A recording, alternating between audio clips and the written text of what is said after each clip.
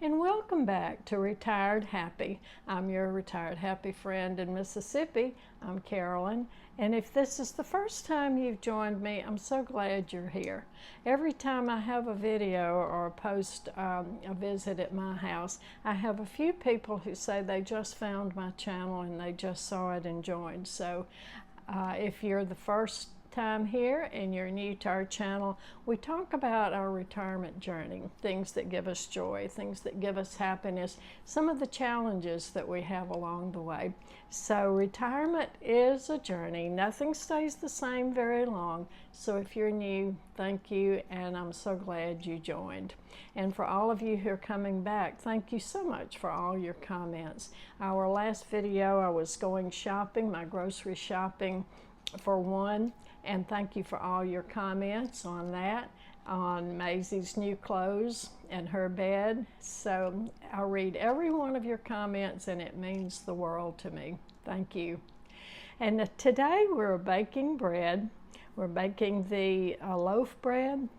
I'm going to put half of the bread in a loaf, and then the rest of it will be in either dinner rolls, or I do make some hamburger buns and some sandwich buns. So we're going to bake the yeast bread, and for lunch, while the bread is rising and getting ready to bake, I'll show you how I make tostadas.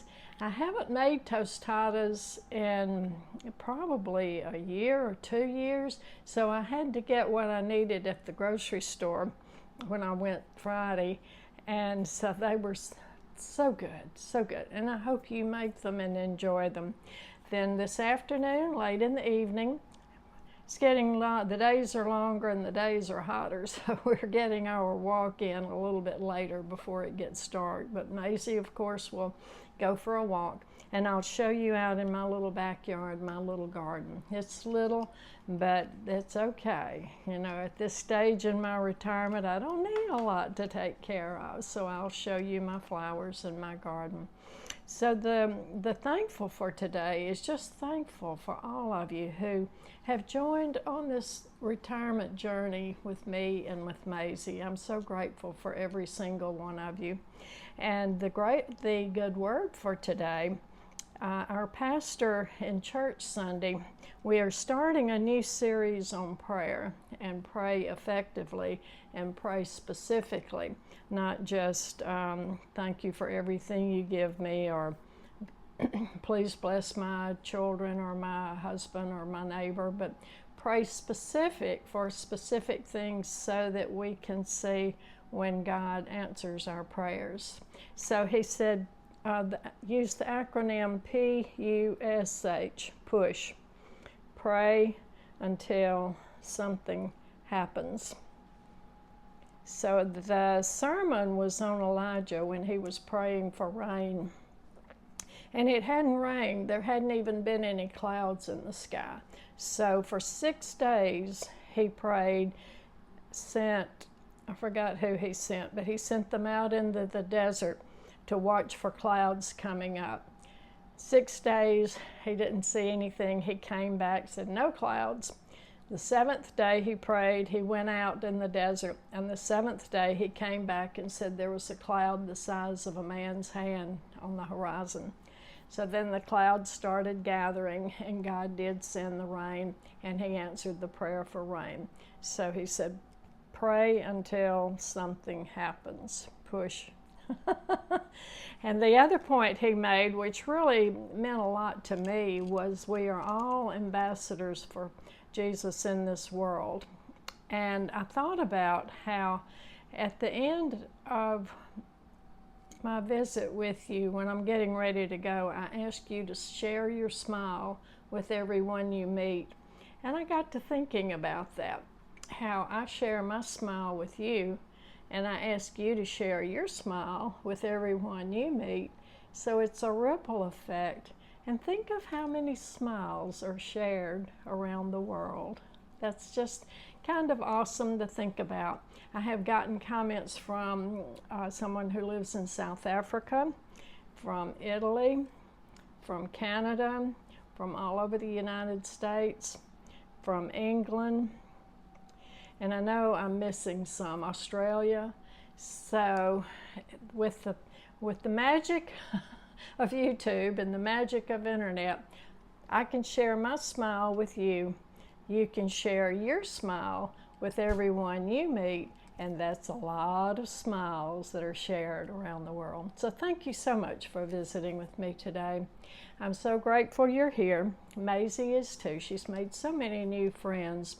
So thank you for sharing and taking some of your time to spend with us and share your smile with everyone you meet today. Let's get on to the bread making. So we're getting ready to make the bread now, and this is honey buttermilk bread. So don't think buttermilk is not going to work. So it is a really, really good recipe. So into that we're going to put 1 pack of yeast and half another pack. So 1/2 packs of active dry yeast. Now this says fast rise on the package, so I have used both the active dry yeast and the fast rise. So now a pinch of ginger. So this is ground ginger. So just a pinch of ginger. And 1 teaspoon sugar. So 1 teaspoon sugar. And the warm water. So we're going to give that a whisk in the measuring cup. And I'm going to set this aside until the yeast starts to foam. So that's mixed up. The yeast has to dissolve and get activated.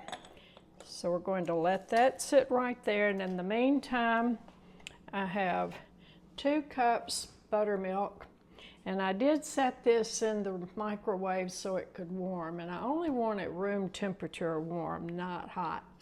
So I took it straight out of the refrigerator, so I warmed it. I just kept testing it until it was warm. So into the 2 cups of buttermilk, going to put a teaspoon salt. I'm using the sea salt. So 1 teaspoon sea salt, 3/4 teaspoon baking soda, not powder. So 3/4 is going to be just a scant under 1. So 3/4 teaspoon soda, 1 egg at room temperature,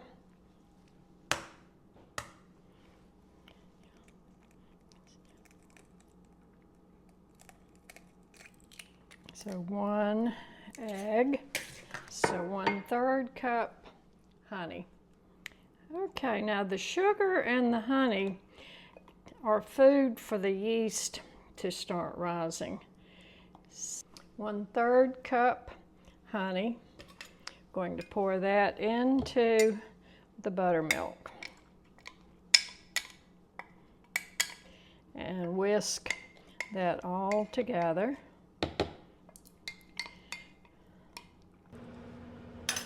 I'm going to whisk the buttermilk, the honey, the egg, the ginger, and whisk that all together and get that mixed up. So we'll set that right back here on the back.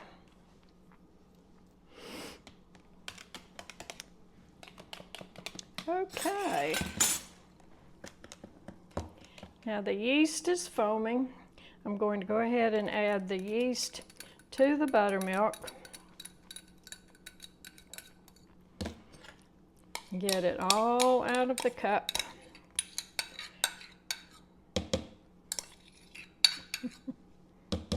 The best part is smelling it while it's in the oven baking, and then to take a hot roll out of the oven, put butter on it, and eat it while it's still warm, fresh out of the oven.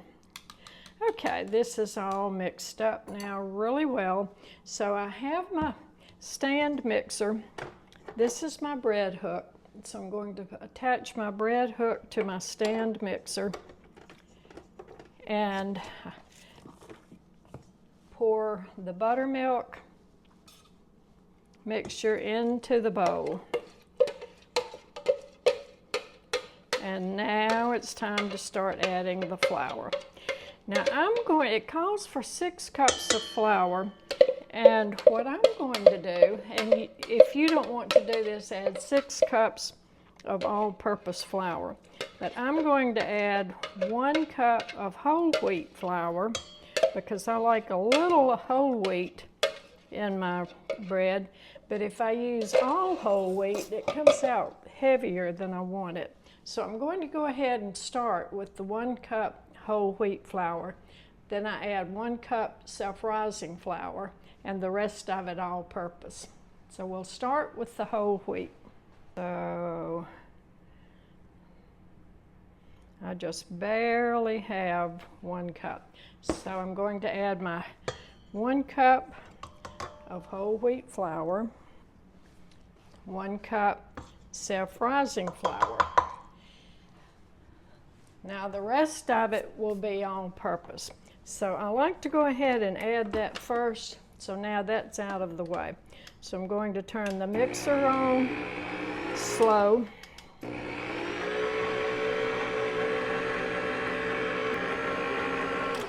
And use my new spatula I got at Hobby Lobby on my Hobby Lobby trip. So I love my new spatula. I'm going to rake the flour down off of the sides of the bowl so it can all get mixed up. Get it all in there together.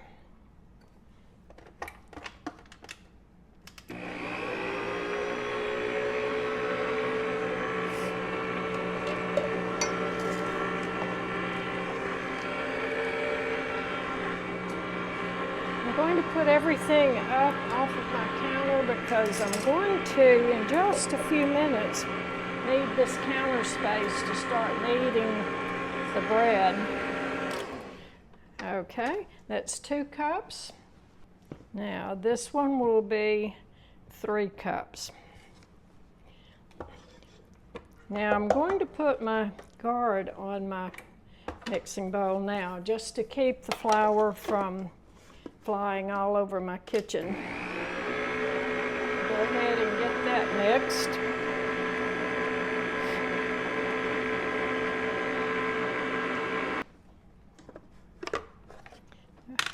Okay, I'm going to scrape the flour from the sides of the bowl down into the batter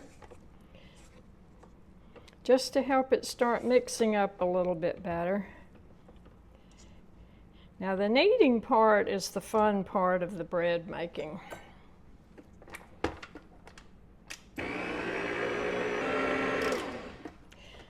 I'm going to add 1 more. So this will be 4 cups. 4 cups of all-purpose flour. I used 1 cup of whole wheat and 1 cup of self-rising. So if you don't want the self-rising and the whole wheat, just use all-purpose flour.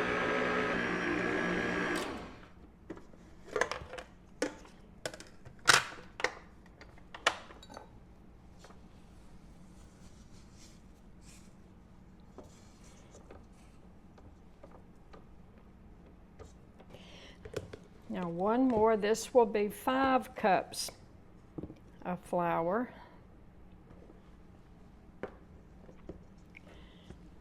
And the more flour, the more it's going to fly, so I am going to put my cover guard back on my mixer, turn it on low. So it has been mixing for right at 3 to 5 minutes to get the flour all into the dough.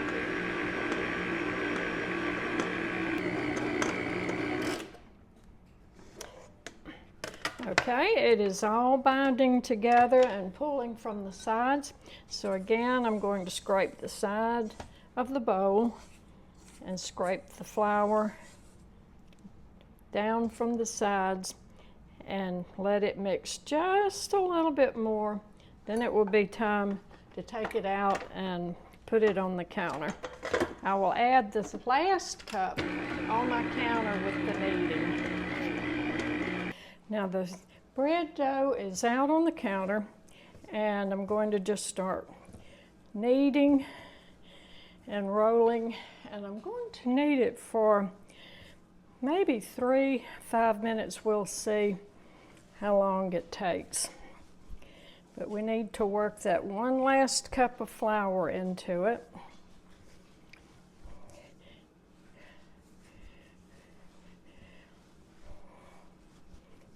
And just push it away, pull it to you, push it away, pull it to you, and just keep rolling that extra flour into the dough.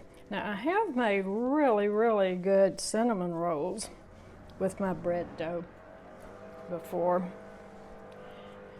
So that's another really good way.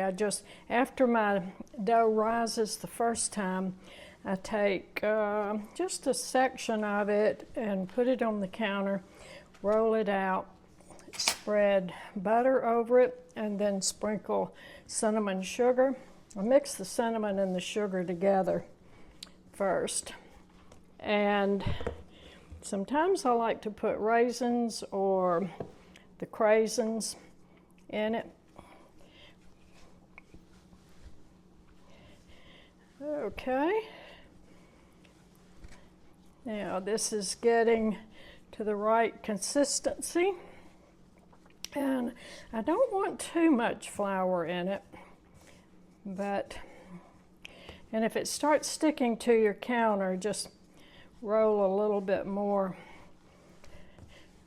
flour underneath it. Okay, that looks good. All right, so now that it's rolled and it's kneaded well, I have it into a nice ball,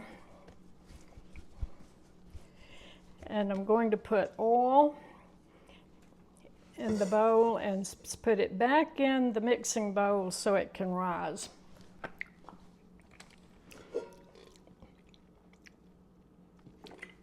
So I'm going to pour a little bit of vegetable oil down in the bowl. And take the dough, put it in the bowl, and then just take the dough and roll it over so the top of your dough will be oiled, because we want the top of it to be oiled as well as the bottom. Okay, I'm going to cover it with a dish towel, set it on the back of my stove, and let it rise. Usually I let it rise for 2 hours because I like for it to get a good rise the first time. Now while the bread dough is rising, I'm going to go ahead and get everything out for the tostadas. Tostadas are for lunch today.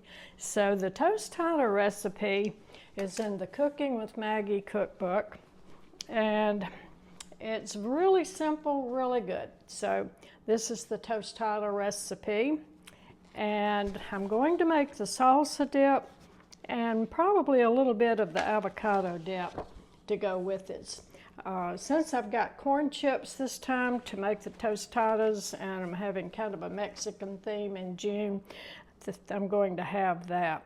So it is in the Cooking with Maggie, along with a lot of the other recipes that I have featured on Retired Happy.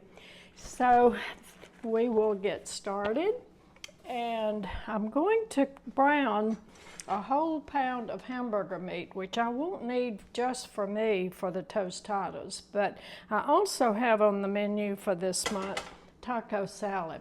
So I'm going to use half of the hamburger meat for the tostadas and half of it I'll use for the taco salad. So I have my tostada shells, and I'm going to get everything started. Now I have my onion I'm going to chop, my tomato to chop, the refried beans.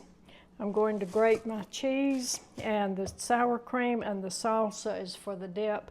I just took the lettuce out of the bag. So this is the way the lettuce comes out. When I get home from the grocery store, I cut the stem end off of the lettuce, rinse it really well, and put it back in my plastic bag to store it. And it will stay really good and crisp for at least a month. So if you haven't tried that way, I used to wash it like that and wrap it in a dish towel or a tea towel and put it back in my crisper drawer, and that works really well also. So I'm going to go ahead and start chopping all my ingredients and just put it on a plate and start the hamburger meat to cooking. And I'm going to brown 1 pound of hamburger meat, add 1 pack of taco seasoning to the hamburger meat. Now, since it's just me, I'm not going to fix the full recipe that's in the cookbook. I am going to fix enough for maybe 2 meals of tostadas. So I'm going to fix just a little bit more. While I'm fixing it, I'll go ahead and fix enough for 2 meals. So we have the chopped onion. I'm going to chop the tomato, chop the lettuce, and grate the cheese. I'm going to put the refried beans in a boiler with a little bit of water and go ahead and get those started to heat.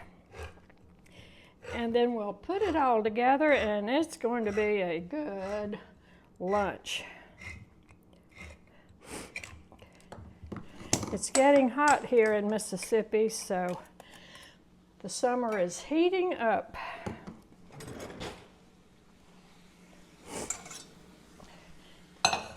So the refried beans go in the boiler with just a little bit of water to thin it. And making the tostadas, we will spread the beans on the shell first and then put the meat on top of the beans. So I'll show you that as we get everything ready and get it ready to assemble. Oh, it's going to be so good today. So this is usually what I do. I will cook on one day and then have one day where I concentrate on housework. Grocery store day, that is all I do. Going to the grocery store is a full day's activity. So today is cooking day. Today is Monday. And yesterday was my rest day. I went to church. Maisie and I, of course, went for a walk. We took a nap.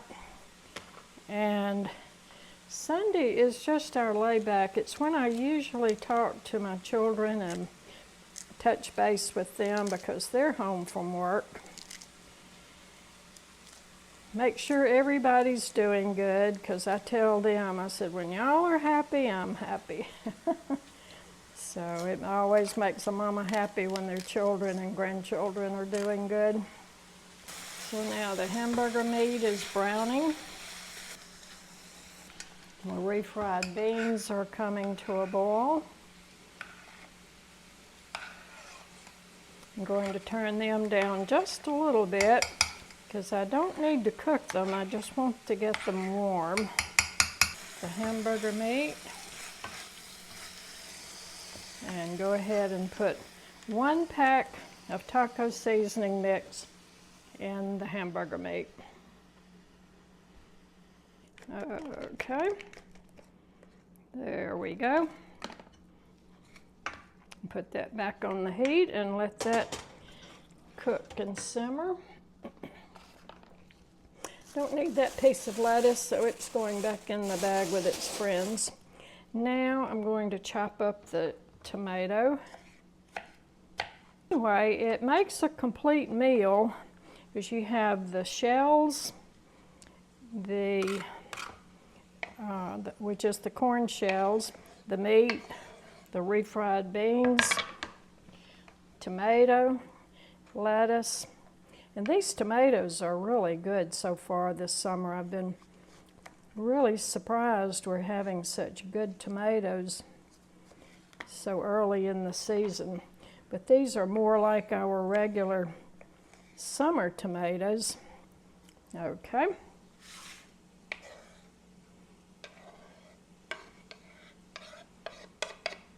Now, doesn't that look pretty? Looks pretty already. And in the meantime, the bread dough is rising. It's sitting on the back of my cooktop. And I turned my oven just on low, about 200. And I like to let the bread dough just sit right here on the back of the stove. And it's right next, this is the burner that gets warm from the oven. So I have my dough rising in the bowl right there beside that. Plus it's going to get the heat from the cooktop from me cooking. So that's going to help it to rise too. Okay. So this is a good thing to be doing all at the same time. I like to plan my meals where, since it's just me eating, where I can have a base meal and then reuse it in another way, like with the taco salad and the tostadas. Okay, the refried beans are warm. That's just the way I want them. They're going to spread really well. So I'm going to turn the heat off under that. They don't need to cook anymore.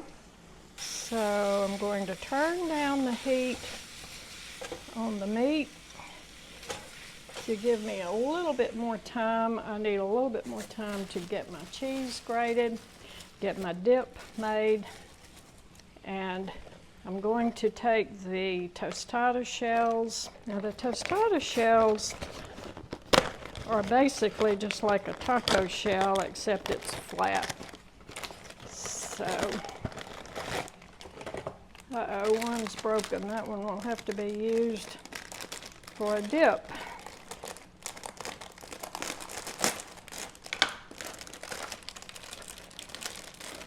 Okay. So I'm going to put my shells in my toaster oven, and I'm going to start with one. And since that one's broken, I'm going to stick that one in there and use it for the dip. Now I'm going to not put this in the box right now. I'm going to rebag that and put it in a Ziploc bag so I can seal it. Okay, and I like to grate my cheese on the big side.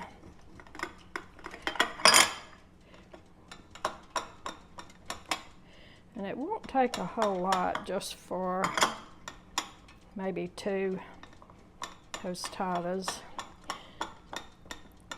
So you see, this is a really quick meal, and it's fresh, it's nutritious. I'm going to go ahead and mix up the dip. So the dip is sour cream and picante sauce. So I like the medium picante sauce, and I like the chunky. And I do like it pretty spicy, so. Okay, so I'm going to mix my dip in this little bowl.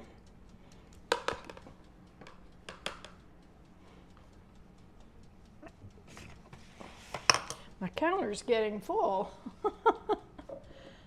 And now there's not much in that, so I'm going to go ahead and put all of that, get all the rest of that picante sauce out.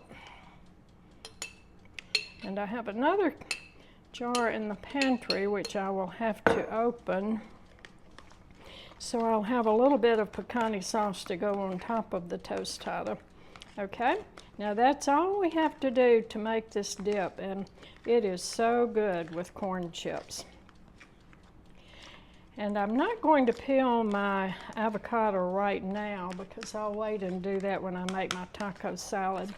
But if I did, I could put some avocado in there. Okay, so now everything is ready.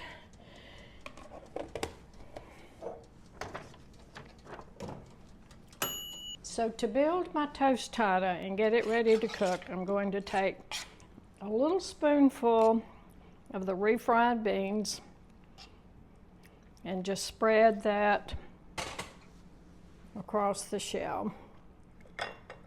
And I like to spread it on out to the edges so I get some with every bite.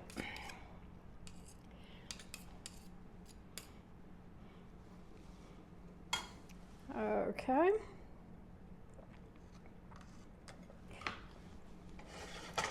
Now, next comes the meat. This is the hamburger meat with the taco seasoning in it. So now I'm going to sprinkle the meat all on top of the refried beans. This will probably fall apart when I'm eating it because I'm putting a pretty good bit on there. I'm hungry. I've been working hard and I'm hungry. Okay, now next comes in whichever order you want it. So I'm going to go in with the onions next.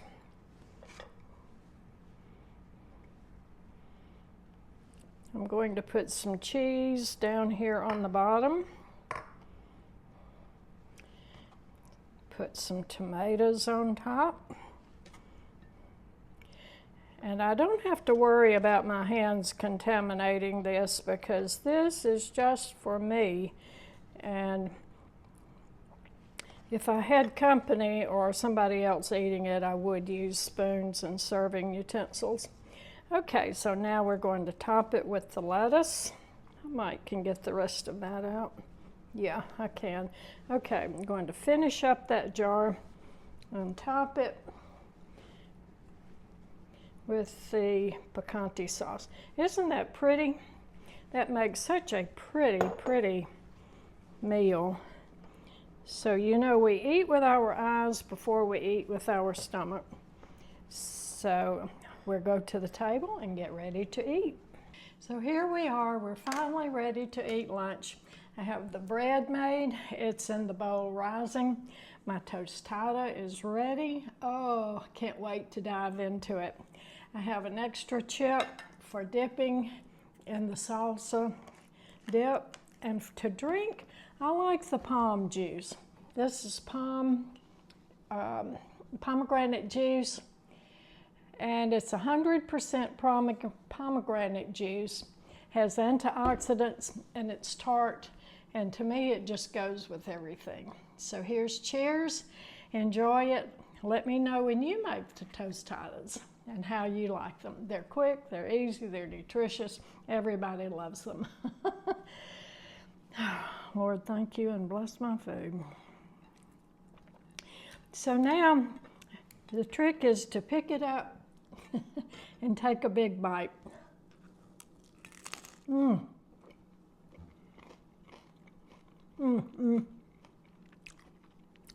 So good.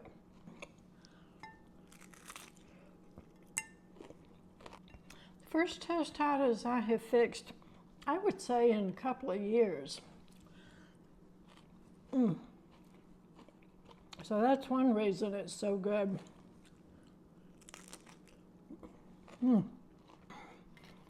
So now we'll get some dip.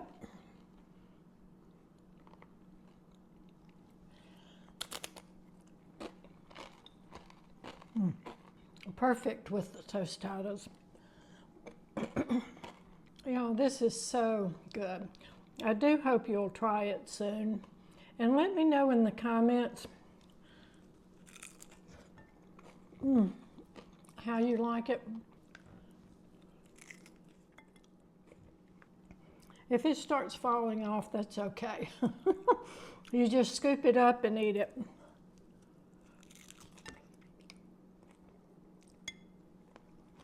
So now my roll dough has been rising for 2 hours. I've cleaned up from cooking the tostadas, took Maisie for a walk. We went down to the mailbox.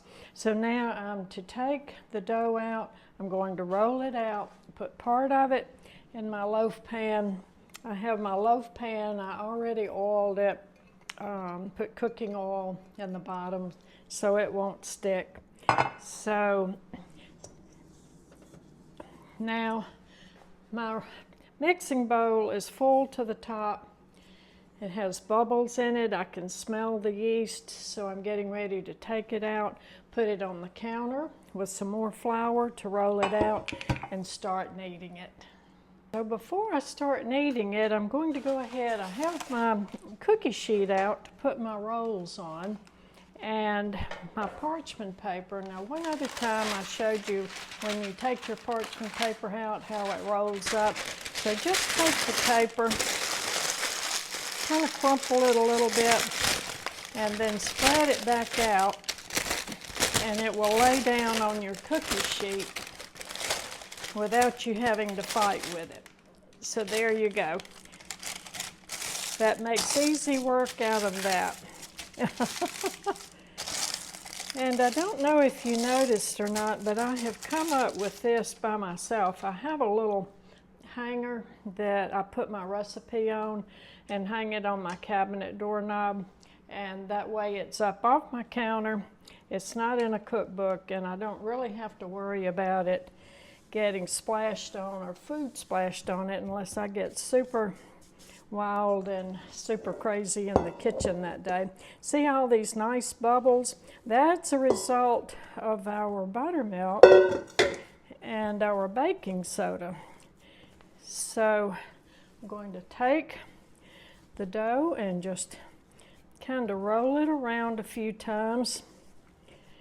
Oh, it's so nice and beautiful. This is going to be a really good bread making. So it's going to be really, really, really good bread. Okay, now I'm going to take some out and put it in my loaf pan. And I think probably about that much. If that's not enough, I will get a little bit more. So we will, so I think I will need a little bit more. Okay, so I'm just going to scoot that up to one end, and I'll cut off the other end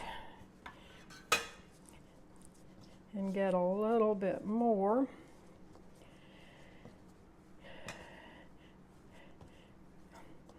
Okay.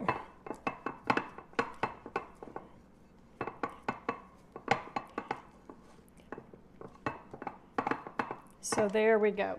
Now I have my bread in my loaf pan, so I'm going to put that back over on the back of my stove so it can start rising, because now it has to rise one more time before we're ready to bake it. And this time might not take as long to rise as the first time did. So that's going to be a roll size. So I'm going to go ahead and cut a couple off for hamburger buns, because I want them a little bit bigger.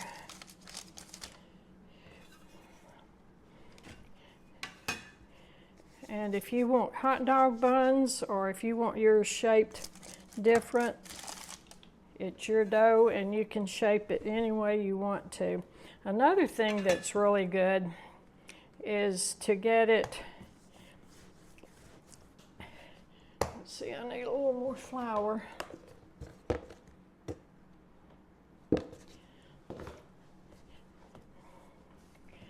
You can roll it into a long roll and stretch it.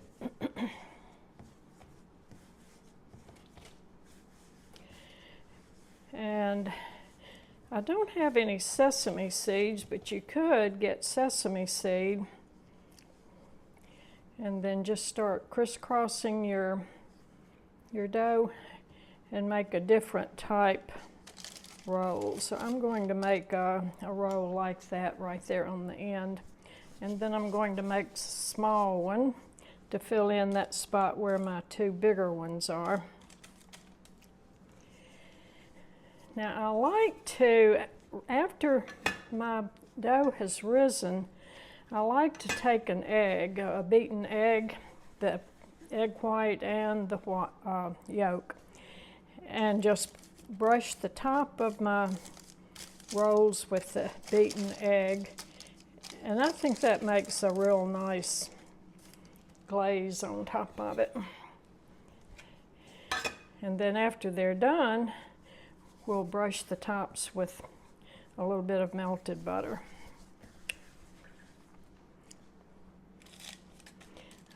And if you put them close together, they will rise and form a high puffy roll. If they're not close together, then they will spread out and be a little bit flatter and a little more crispy. So it just takes practice and doing it a few times. Now, I have not made rolls this time since March. My rolls have lasted me since March, and I'm just now out of rolls. So I guess it also depends on how much bread you eat and how many people you're feeding. So there are a lot of variables in it.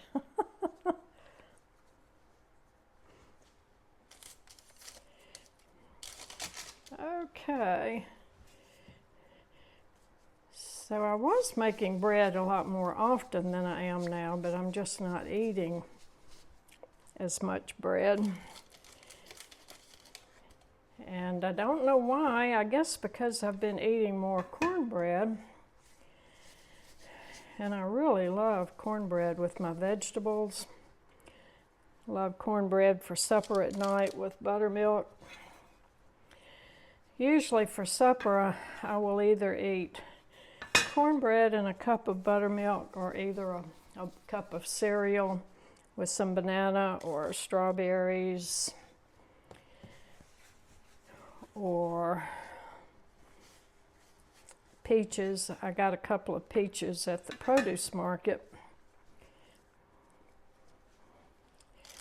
So I like variety, and I like to have a variety of food in my diet because each fruit or each vegetable has different nutrients in it that our body needs to be healthy and nourished.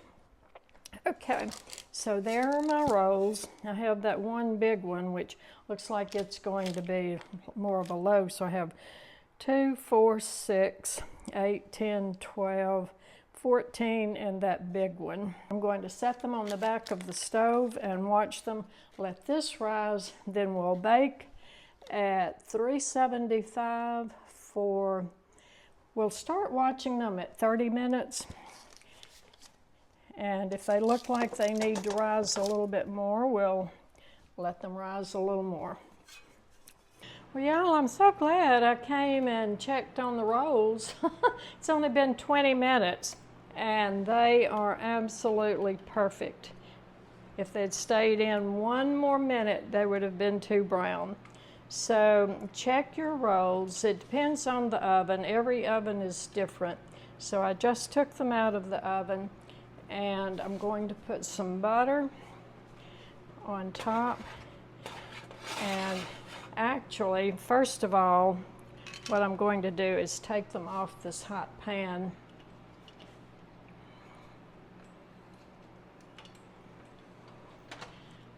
So I'm going to just slide the parchment off, because if they stay on the hot pan, the bottoms will start sweating and the rolls will get soggy on the bottom.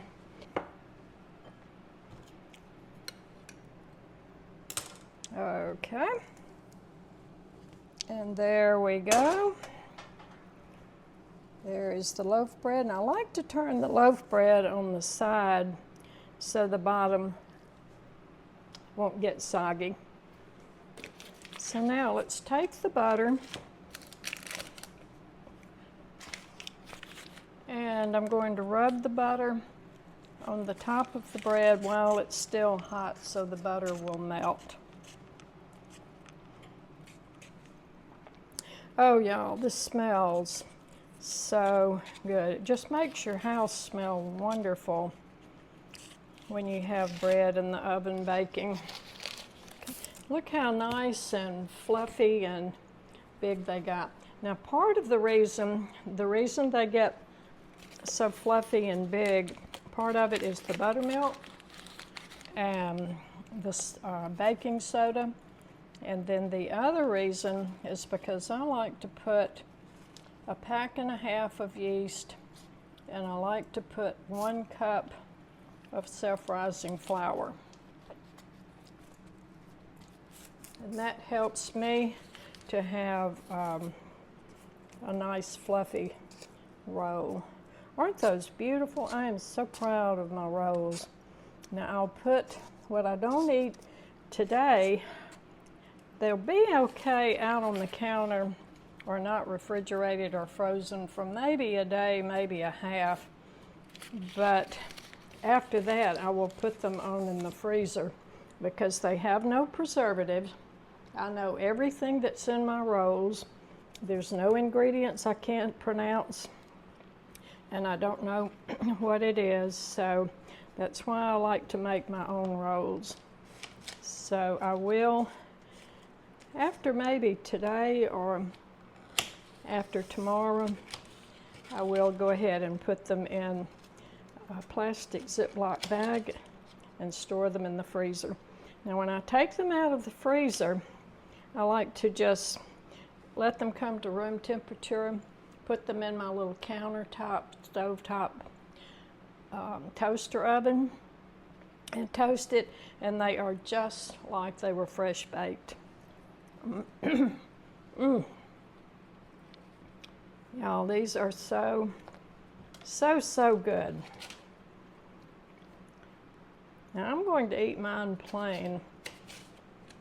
I could put honey on it. I could put jam or jelly or marmalade.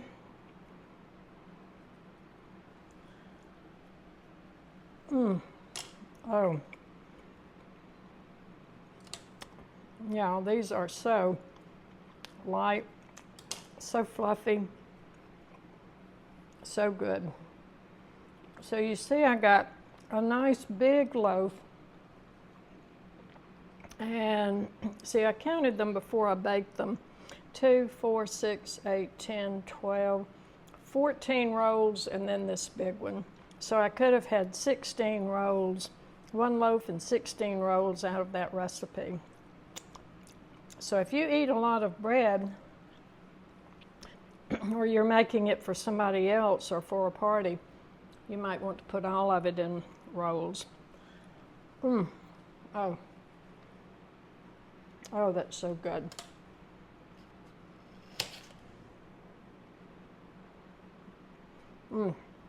I might just stand here and eat my supper. I have dinner rolls tonight. And while I'm in the kitchen, I'll go ahead and show you Maisie's food that I fixed this week. So it doesn't look very appetizing for us, but it's very, very nutritious for her, and she loves it. So I had maybe 1/3 of a pound of ground beef that I browned. And I didn't brown it to brown. I just browned it enough that it wasn't pink anymore. I have several flowerets of broccoli, a whole apple chopped up, blueberries, sliced carrots, half of the sweet potato that I got at the grocery store, some English peas that I had left, and then the egg that I just had left from brushing the tops of the rolls. I put it in the microwave for a minute and cooked the roll for her. So that's her food. It is vegetables, meat, a little bit of fruit with the apples and the blueberries, and she loves it. She gets this at lunch. In the morning, she gets a little tiny scoop of Iams, and at supper, she gets another little tiny scoop of Iams. So I've kind of worked with how much to feed her so that she'll be good and healthy but not get overweight and obese. So because she likes to jump up on my bed, and if she gets too heavy or too overweight, she'll hurt herself. So this is Maisie's food. It varies from week to week what I fix for her, and I give her variety depending on what I have in my stock. But usually it's a green vegetable. The carrots I always put in. Sometimes I put green beans, sometimes it's broccoli, English peas, sometimes it's chicken liver. Last time when I fixed it, I had chicken, the chicken breast that I had, and an apple. So last time I had pumpkin. This time I don't have the pumpkin, so it varies. So there you go. That's Maisie's diet for this week. Now the rolls and the bread are bagged up, and they're all tied, so they're ready to be stored. So I'm really pleased with the turnout of the bread today. I am disappointed that it got a little more done than I wanted. The bottom's got a little too brown, but all in all, I'm happy. I will eat it and enjoy every single bite. So let me know if you make bread, how yours turns out. And I hope this was very interesting for you and you learned a little bit more about yeast bread. So it's late afternoon, we're ready to go for our walk. And I don't think there'll be anything new to see today until we get back home, and I'll show you the garden, so we'll see. Maisie, are you ready to go? Huh? Are you ready to go for a walk? Let's go. Come on.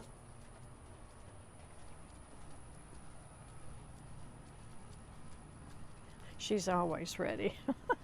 She's been napping all afternoon while I've been cooking, so she's ready to get out and see the world. Okay, Maisie, wait a minute. We're back home, and there was nothing really unusual going on in the neighborhood today, so Maisie got her exercise. This is my pretty little purple petunia I just planted yesterday. One can't fail plant, the airplane plant or the spider plant, it's called both, but I love that because the only way you can kill that is just not to water it enough. The vinca's doing pretty by my rocker and the flag. So the front of my house looks really pretty. I just love my Labona rocker. Coming on around to the side, this is on the north side of the house, and my tomatoes are doing really well. So I have a lot of little baby tomatoes up at the top, and then my big ones, oh, one's getting red. It wasn't red this morning. Yay! Maybe it won't be too long till I'll have one ready to eat. This is a white hibiscus. A church member at church gave all of us some seed to his white hibiscus, so I'm anxious to see it bloom this summer. Nasturtium, I'm anxious for them to bloom, see what they look like. I have basil, mint. The giant ajuga is covering the dirt really well. I love that as a ground cover. And then my rosemary. Really smells good. So I have rosemary, mint, and basil for aromatherapy. And that little space in the back, I just planted some wildflower seeds yesterday afternoon, and I hope they come up. It's just the 1st of June, so I still have plenty of time. And these are my little row of green beans, and they have blooms. So I have some little bitty baby green beans starting to form. The Bedelia, the butterfly bush, My back garden with my sunflower bird feeder my daughter and granddaughter gave me, and a little mushroom, the bird bath and feeder, and my lantana. Now I'm hoping the lantana does well and I can keep it going, because it will, I know, attract lots and lots of butterflies. So the pampas grass is starting to bloom. So all in all, I'm very happy with my little garden area. I have a new bluebird house, because I think the squirrels are what tore up my last bluebird house. The last time I videoed the bluebirds for you going in and out, the next morning they were gone and my bluebird house door was open. The nest was gone, so I don't know if a cat got in or a squirrel, but we have a new one and I'm ready for a new family. Maisie's been patiently waiting on the sidewalk while I took you for a tour. And she's gotten used to the routine of coming and sitting on the front sidewalk in the late evening and just sitting here watching, listening to the sounds of the neighborhood. Maisie.